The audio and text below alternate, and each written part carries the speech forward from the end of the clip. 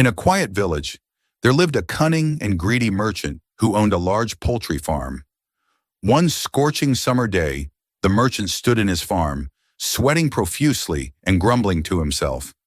"Oh, dear God, these chickens are acting like the heat has fallen directly on them. Not a single egg since morning." The heat was becoming unbearable, and it was getting harder and harder to take care of the chickens. Just then, the merchant's mischievous son walked in and said mockingly, "Dad, these chickens will only lay eggs in cold air. You should install an AC in the house." Irritated, the merchant snapped, "Oh, install an AC? By the time the chickens are cool, I'll be frozen myself. No, it's better to sell them off." The merchant's eyes glinted with greed as an idea struck him. "I'll sell all the chickens right now. Once the summer ends, I'll buy new ones. That way I won't have to bear any losses."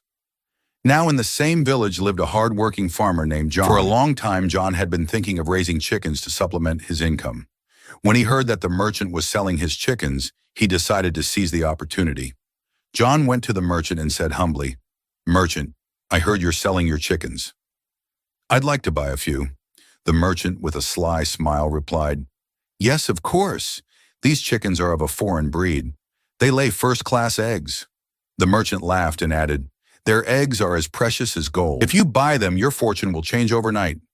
Convinced by the merchant's sweet talk, John scraped together every penny from his savings and handed it over to the merchant. He bought all the chickens. From that day onward, John poured all his energy into taking care of the chickens. He spent his mornings and evenings feeding them, cleaning their coop, and keeping them healthy, dreaming of the income he'd earn from selling their eggs. A few days later, the greedy merchant decided to visit John under the guise of checking on him. When he arrived at John's farm, he was shocked to see the chickens thriving and laying plenty of eggs. "Brother John," the merchant said with a fake smile, "your chickens seem to be doing very well. Now that I'm here, I'll just take my eggs with me." Without waiting for permission, the merchant pulled out a large sack and began collecting all the eggs. Stunned, John stopped him. "Sir, what are you doing? Why are you taking all the eggs laid by my chickens?"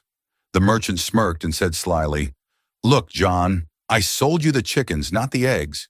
The chickens are yours, but the eggs are mine. That was part of the deal." From that day on, the cunning merchant came to John's farm every day, took all the eggs, and left. Poor John sat helpless, his face filled with despair. One day, John's neighbor Adam noticed his sad expression and asked, "What's wrong, John? Why do you look so miserable, as if your chickens have started laying stones instead of eggs?" John explained the entire situation. After listening to his story, Adam smiled and said, "Don't worry, my friend. I have a plan to teach that greedy merchant a lesson he'll never forget. Trust me, after this, he won't even want to hear the word chicken again."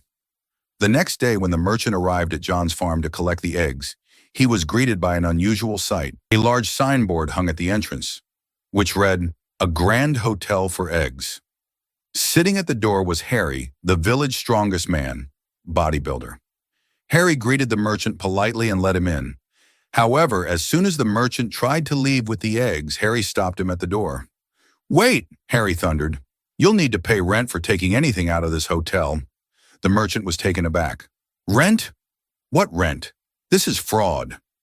At that moment, Adam and John stepped forward. Adam said calmly, "Sir, just as you sold only the chickens to John and not the eggs, you now owe us rent for the time your eggs stayed in our hotel. The rent is 100 rupees per egg. Additionally, you need to pay wages to John's chickens for holding your eggs in their tummy all these days."